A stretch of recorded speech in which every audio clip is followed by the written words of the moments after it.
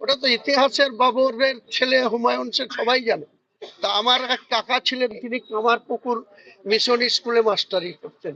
আমি যখন জন্মেছি তখন আমার নামটা আমার কাকাই ডায়েরিতে হুমায়ুন কবির দিয়েছে। সে কেন দিয়েছে সেও আর পৃথিবীতে নেই। 2007 সালে তিনি 2002 সালে রিটায়ার করেছিলেন, 7 সালে এক্সপায়ার হয়ে গেছে।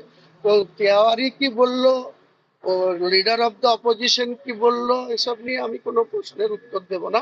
আমি আমার স্বাধীনচেতা মানুষ।